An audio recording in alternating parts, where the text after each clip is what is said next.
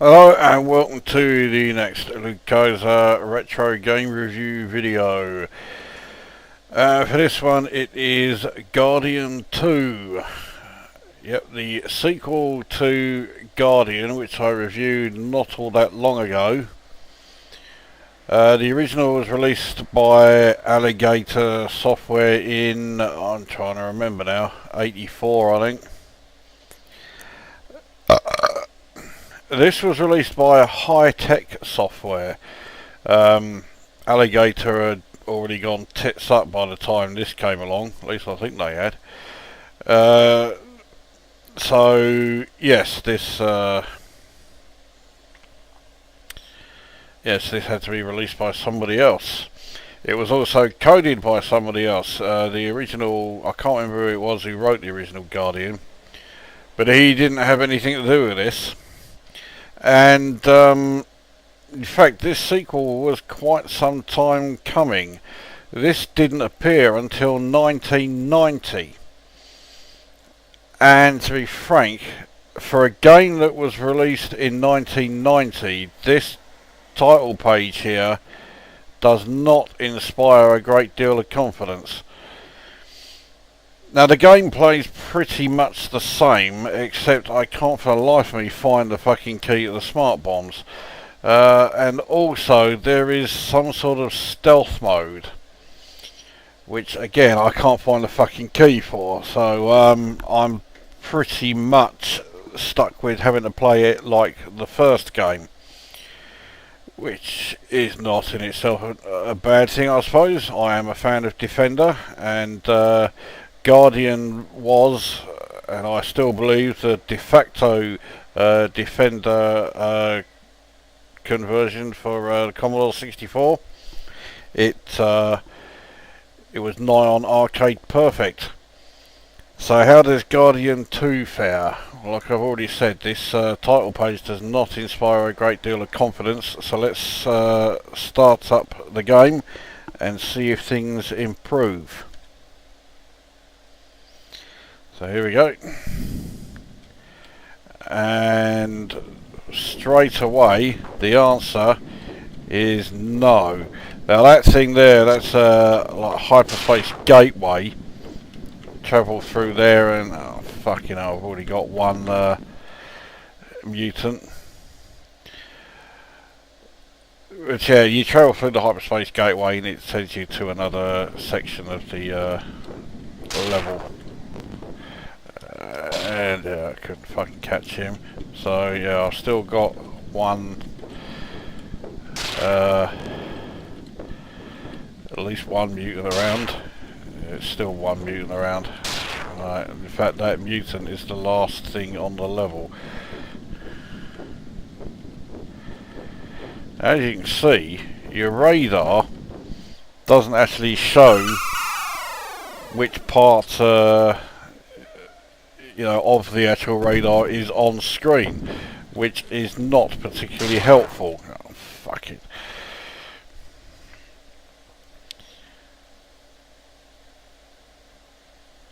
But I mean, fuck me. I think that's game over. Yes. I mean, as you may see, the game is, I think, more difficult than the first Guardian.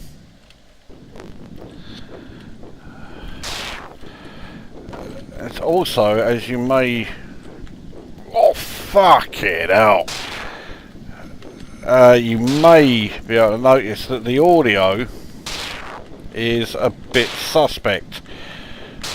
Sometimes it works, sometimes it doesn't. I think I have a mutant in the area. Let's get rid of this fucker. Alright, now let's try and deal with this mutant here. Oh, fucking hell.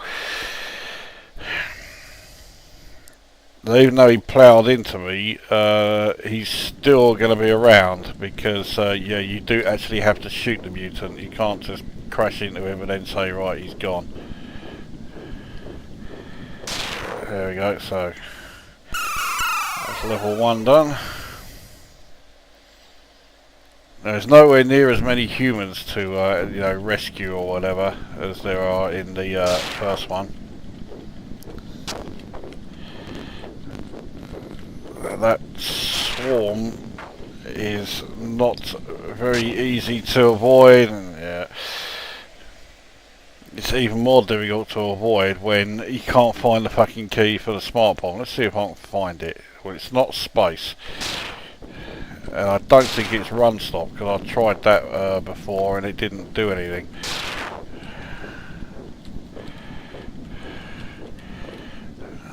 Okay, right, so... okay, there's only one thing left to get, and that's one of those swarmer things.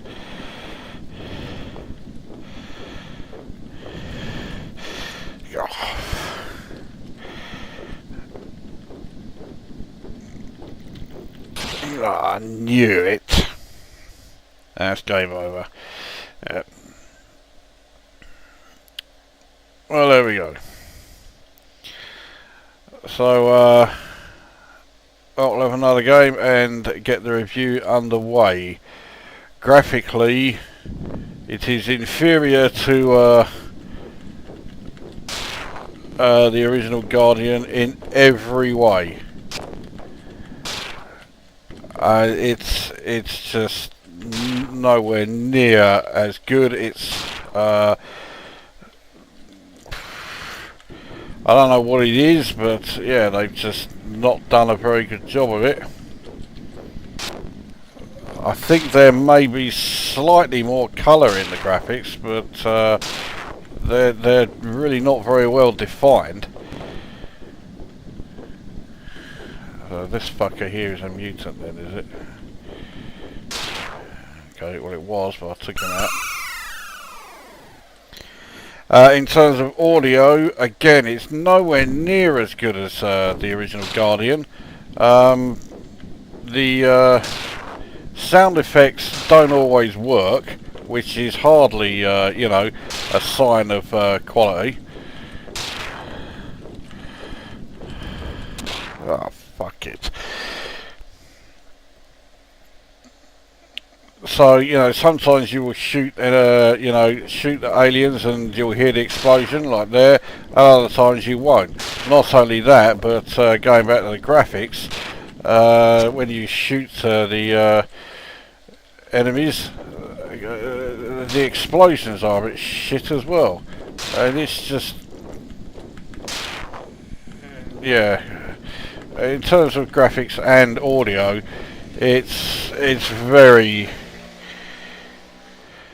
well, it's just unbelievably disappointing. I would have expected much more. If I'd seen, you know, this game,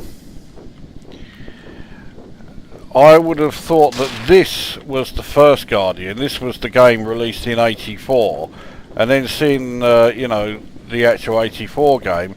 If I'd seen that, I would have thought, okay, yeah, that's the 1990 release, because it's so much more, you know, it's a lot more accurate. It's a lot more like the arcade version. Let's use the hyperspace jump just to show you how it works. There we go. That's game over again.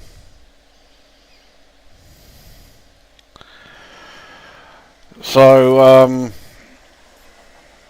yes, graphics and sound, and then of course the gameplay. Again, it's nowhere near as good as the original Guardian.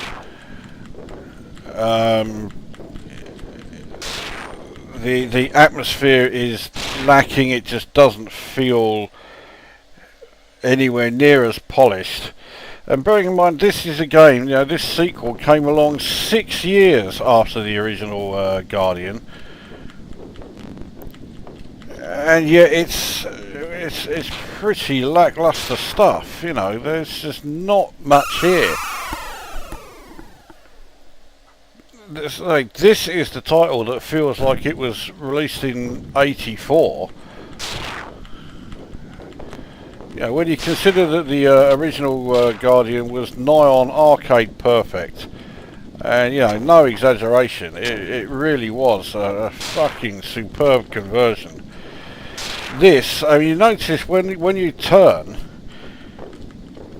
you're firing in the other direction, but your ship seems to take an age to actually turn and face the other direction. So turning just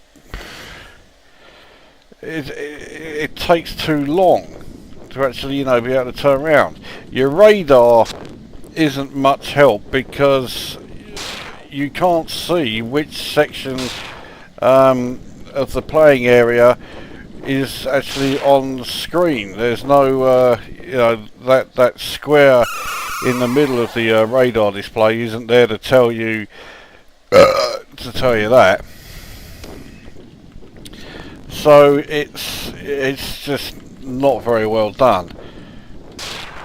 I can't imagine, say, that if Guardian 2 had been done by the man behind the original Guardian game, it would have, you know, it wouldn't have been as bad as this. It would have been far superior. This is just, it looks like a half-hearted job. It certainly sounds like a half-hearted job, and it plays like a half-hearted job. So, you know, I can't imagine the man behind the original Guardian being too thrilled to see. Wait for the fucking ambulance or whatever it is to go past. But yes, I can't imagine the person who made the first Guardian game being too thrilled with this one. And you know, a lot of people would understandably make the assumption that he was behind this, and of course he had nothing to do with it.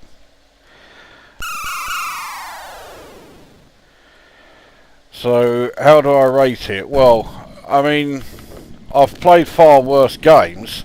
It's, you know, I wouldn't say this is the worst game I've ever played, but I mean, you know, I've played so much better. Fucking hell, I've got another... yeah, I was never going to survive through that lot. So that's game over then. So I rate it 3. I think I'm being a bit generous rating it 3. But, yeah, just don't bother with this. I can't believe this is a 1990 release. That late on in the Commodore 64's lifetime, you would not be asking too much to ask for something better than this, especially when you see how good the first Guardian game was. So, yeah, Guardian 2, Revenge of the Mutants, to give it its full title, 3 out of 10. Don't bother with this one. Stick with the original Guardian. It's just vastly superior in every department. That brings this review to an end, and we will see you at the next one.